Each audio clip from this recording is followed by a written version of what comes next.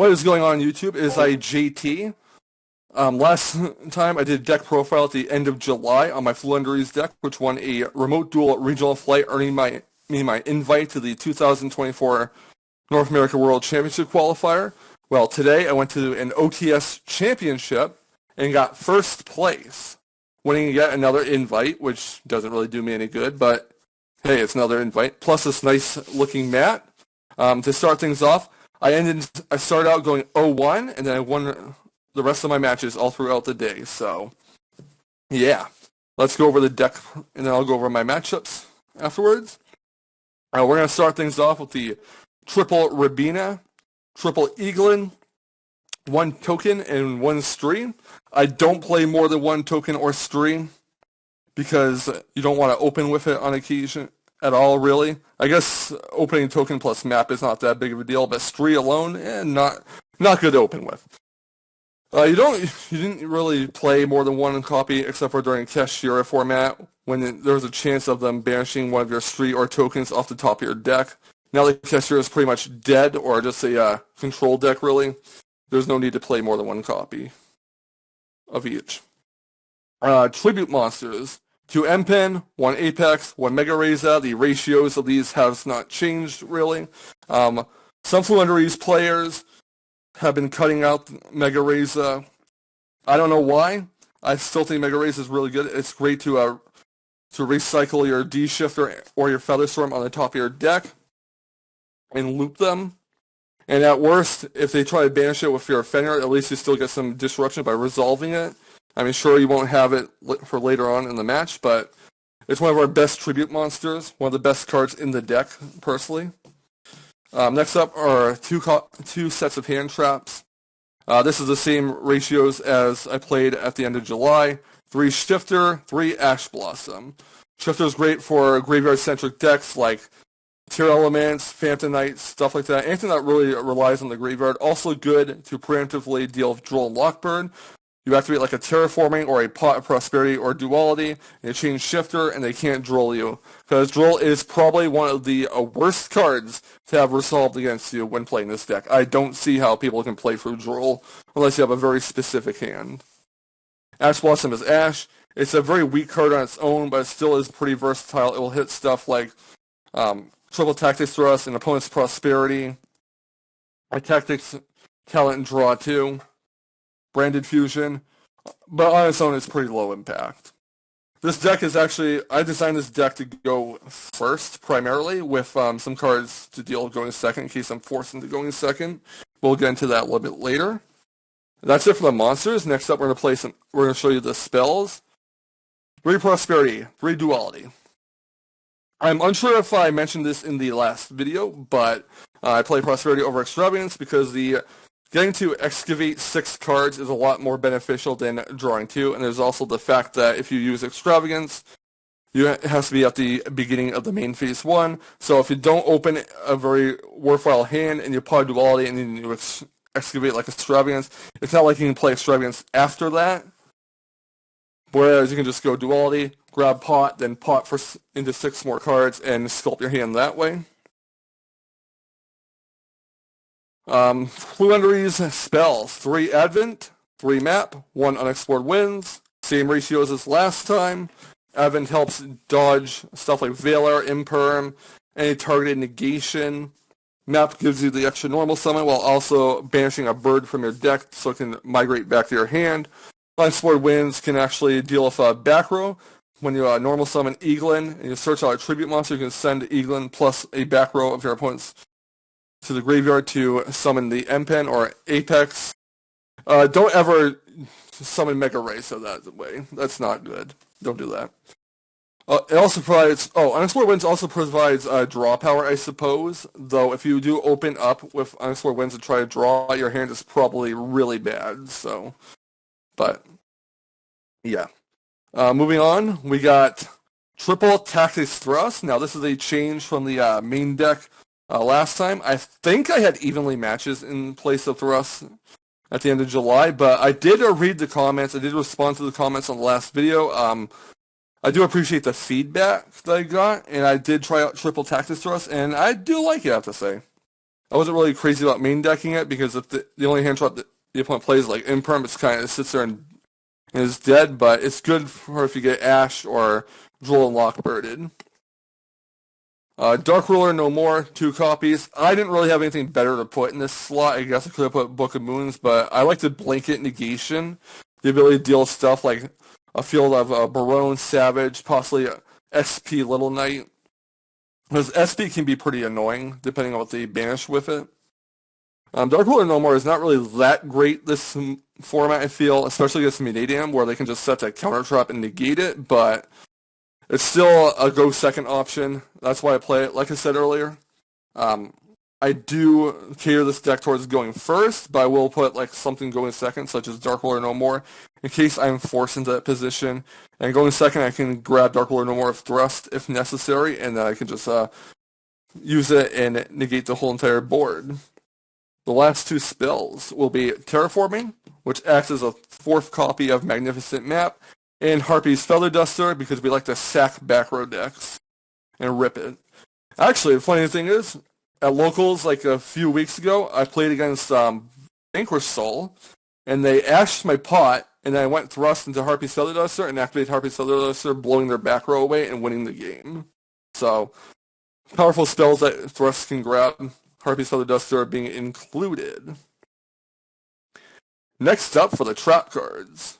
When I said that my deck is primarily geared going first, it's because I play 2 copies of Harpy's Feather Storm. I see a lot of players playing 1 because they think they can rely on Thrust going into it, but your opponent is not always going to hand trap you, so I like to play 2 copies just in case. Just because this is a win con against many decks, such as Branded, Tier Elements, even Minidium, it's a win con against. Like if you search, let's say you search a map with Terraforming, and then you have Eagle, and then you can summon Eagle, grab the bird that gets banished to your hand, and then you can Thrust into Feather Storm and hopefully keep the opponent at bay, so you can capitalize next turn. And the 1 copy of Dreaming Town. I want to play 2 copies, but I don't like going over 40 cards, and there's nothing I'd want to cut for it. Dreaming Town is basically your ultimate offering of the deck. What I mean by that is you just activate during the opponent's main phase, and you can normal summon away. It also has the Book of Eclipse effect, where if you tribute summon a monster while it's in the graveyard, you can banish it and then flip everything face down. The only problem with this card is that it conflicts with D-Shifter, because if you have D-Shifter active, this will get banished instead, and you can't book the opponent's monsters. So that kind of creates an awkward situation, especially when you're going up against something like Pirelli, and you want to book all their special summons, but you can't because D-Shifter's active, and this goes to the banish pile. Yeah. That's one thing this deck struggles with. Moving on to the side deck, I side 1 DD Crow. I only see the need to side it because it's searchable via Rabina. And going second, it would be pretty nice to have multiple of, but I don't have the room for multiples. Triple Droll and Lockbird. Deals with Minidium, deals with the Mirror Match. Hits stuff like Infernal Knights. Nothing more to say. Pretty annoying when it's used against you. Pretty broken in my opinion, but you know. 1 copy of Herald of the Abyss. It's because we have triple Tactics Thrust in the main deck, and during our turn, our opponent's going to use like Plump or something to activate its effect, and then Nord activates its effect to draw cards. We can at least Thrust into Herald of the Abyss and get rid of the Nor. That thing is really annoying. I think Pirelli is actually our worst matchup. I would even go as far to say that Pirelli is a worse matchup for this deck than even Labyrinth, to be honest. I would rather play against Labyrinth than fight Pirelli with Floowandereeze. I know, that sounds pretty crazy. 2 copies of Cosmic Cyclone. I see some people cut Cosmic Cyclone. I don't know why. I think it's pretty necessary, especially if the opponent has some like Runic Stun deck or any Floodgate in general. So you can pay 1,000 to banish a spell or trap on the field, like Tikaboo, Runic Fountain, what have you. This also goes hard against the Centurion monsters too, because as we know that they're counted as continuous trap cards while they're in the still in trap card zone. Next up, I play 2 pairs of books. I side 2 Book of Moons and 2 Book of Eclipses. Before today, I actually had imperms here, but I figured that board breaking was more important against the Centurium deck, as well as other decks that already established their field. If you draw like an imperm too late, it's not really going to matter too much. And against Centurium, they're going to have the Calamities and Crimson Dragon play. And if a smart player will actually use their effect of Crimson Dragon while you have a card on the field, so they can't just imperm it. Whereas if you already have a card on the field and they use Crimson Dragon, you just go Book of Eclipse or you Book of Moon the monster they target, and they don't get their Calamities. If they Calamities you can't play. Random copy of Dimensional Barrier. This is more filler than anything, but I have Thrust in the main deck, so this is something else to set with Thrust, aside from Featherstorm, which isn't always live. And last but not least, 3 copies of Evenly Matched for the back row decks. I actually resolved this against a Labyrinth player today. He game 2 EEV'd me and called spells while I had Evenly Matched in hand, and I just dropped the Evenly Matched on him. And now for the pile of cards that don't really matter all that much in this deck but can come up. It's the extra deck. Access Code Talker, Unicorn, Nightmare Phoenix, in case the opponent has like a zombie world or some floodgate on the field. You can like link off a bird into a Link Karibo if you don't use their effects, and hopefully last until next turn, and then summon a bird and go into Nightmare Phoenix and pop whatever they have out that's bothering you. Win the Wind Channeler Verdant. Again, in case you're in an awkward situation where you can't resolve your effects, or you can just link into Win the Wind Charmer. Maybe you can possibly grab a Barone from the opponent's graveyard. Who knows? Favorite this is just in case the opponent does something that makes us dump cards from the extra deck to the graveyard, get a free draw, and place a dead card at the bottom of the deck. It's more hand sculpting. Link Karibo, already explained it. Just to go into Nightmare Phoenix. Relinquish Animite in case someone leaves something big in the zones beneath the EMC. You just summon this thing, grab it. Typhone. I wish I had a second copy. It is that good. It actually works decently well. Like against the Centurion. If you get like their Crimson Dragon, the Calamities, you can just summon your bird, don't use its effect, overlay into Typhone, and hopefully do something about it. Zeus package. We got Zeus, Downer Magician, Drytron, Fafnir, and Lyrilistic Assembled Nightingale. Attack directly. This is in case you have Tikaboo on the field, and you can like XYZ into it for draw and Lockbird plus a bird. Downer Magician adds an extra layer on to Zeus as another board wipe, and Zeus is Zeus. Nothing really to explain there. Last 3 extra deck monsters.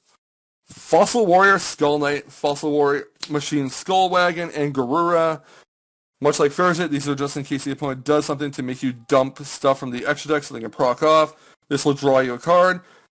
This will be a monster pop that you can save for later. Like unlike Entis, you don't have to activate it immediately, so you can just save it for a later turn. This is a Spiller Trap pop that you can also save for later whenever you need it. Really, really good stuff right there. I mean, it's better with Ultimate Slayer, but I'm not playing Ultimate Slayer because of how wide the meta is, and I just don't think it's that viable right now. Going over the matchups, round 1, I lost a Horus Centurion because my opponent got the Calamities on me, and also I didn't know how to properly deal with them at the time. I got 2-0'd by that deck. It is what it is. Round 2, I faced Tier Elements. I 2-0'd them. I think I drew D-Shifter game 2. Game 1, I pretty much controlled the tempo of the match with, I want to say it was Unexplored Winds, to be honest. But I'm not. But it's been a long day. I don't exactly remember what I did to win that match. Featherstorm also played a part in it. Round 3, I beat Labyrinth 2-0. My opponent eradicated me, and when I had him in a simplified game state while he had a Welcome Labyrinth face down, I top decked into Ash Blossom. He obviously saw what it was because Eradicator was still in play, and he scooped it up. Round 4, I beat Vanadium 2-1 in time. I just kept... My opponent couldn't combo do the one-card combo, so I just kind of controlled the board with a Spree and Eaglin, got my Empin out, attacked directly. Top 4 against Tier Element, same guys, round 2. I actually won that 2-1. I played around Super Poly. Try not to leave 2 birds out at the same time. Use unexplored winds to clear away the back row. I shifted him, I want to say game 3, but I'm not completely sure. I definitely shifted him that match. And shifter does carry the deck. What do you want to do? The engine on its own is weak. It needs blowout cards to compete. Finals were against the Horus Centurion guy from round 1. I beat him 2-1. Game 1, I shifted him. Game 2, he got the Calamity Lockout. I didn't see my books. Game 3, I shifted and Featherstormed him, and that was all she wrote, and that won me the tournament. So, all in all, pretty solid day. Got first place at Floowandereeze, won this sick playmat plus an invite to Nats.